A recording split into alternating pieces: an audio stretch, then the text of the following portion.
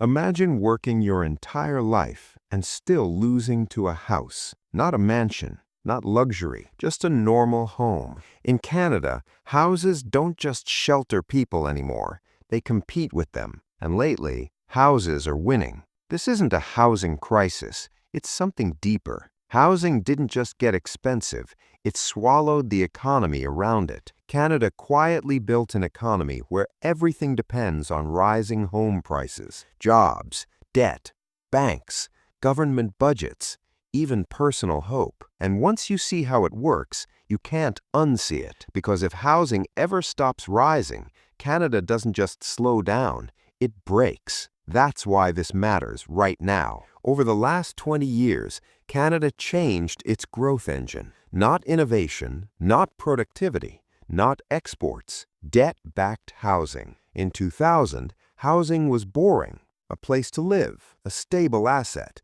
something you didn't think about daily. By 2025, housing became the center of everything. Canada's household debt crossed 200% of disposable income, the highest in the G7. That's not abstract, that's pressure. Every interest rate move now hits families instantly. Every slowdown threatens mortgages first. Every political promise circles back to housing, because when housing moves, everything else follows. Here's the uncomfortable part. This wasn't an accident. The system works exactly as designed. Start with the banks. Canadian banks are heavily exposed to mortgages, safe mortgages, government-backed mortgages. That safety changed behavior. If risk is protected, lending expands. If lending expands, prices rise. If prices rise, everyone feels richer, at least on paper. Governments encouraged this quietly. Low interest rates, long amortizations, first-time buyers' incentives. Not to help buyers, to keep prices rising, because rising prices feel like growth. Then investors entered. Not villains, just rational actors responding to incentives. Why build a business when housing never loses?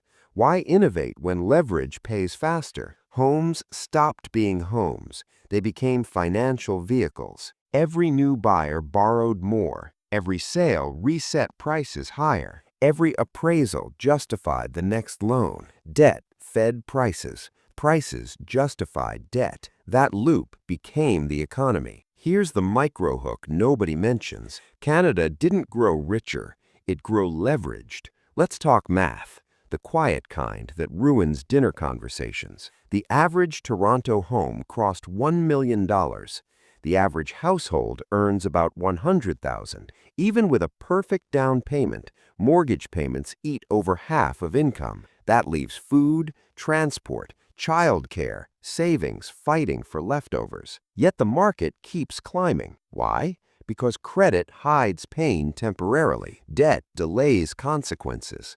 For a while, this is where the story gets strange. Politicians celebrate rising prices as success. Media frames housing as national pride. Banks report record profits. Everyone smiles. Meanwhile, younger Canadians delay everything: marriage, children, starting businesses, taking risks. Housing doesn't just absorb money, it absorbs time and choices. That's the trade nobody voted for. Here's a quiet irony. Canada calls this stability, but stability built on leverage isn't stability. It's sensitivity. When interest rates were near zero, the system felt invincible. Money was cheap, mistakes were forgiven. Prices only went one direction. Then rates moved. Not dramatically, not historically high, just normal. And suddenly the entire economy flinched. Mortgage renewals became shocks. Monthly payments jumped thousands. Consumer spending slowed immediately because debt always speaks first. This is where housing stops being a sector. It becomes a hostage taker. Governments can't raise rates freely. Banks can't stop lending abruptly. Households can't reduce debt quickly. Everyone is trapped managing the same risk. And that risk is prices staying high forever. Here's the absurd part. Canada doesn't build fewer homes than demand requires, but prices rose faster than supply explains. Why? because speculation magnifies shortages. Homes are bought to be held, not lived in, not rented affordably. They're parked capital. That distorts everything else.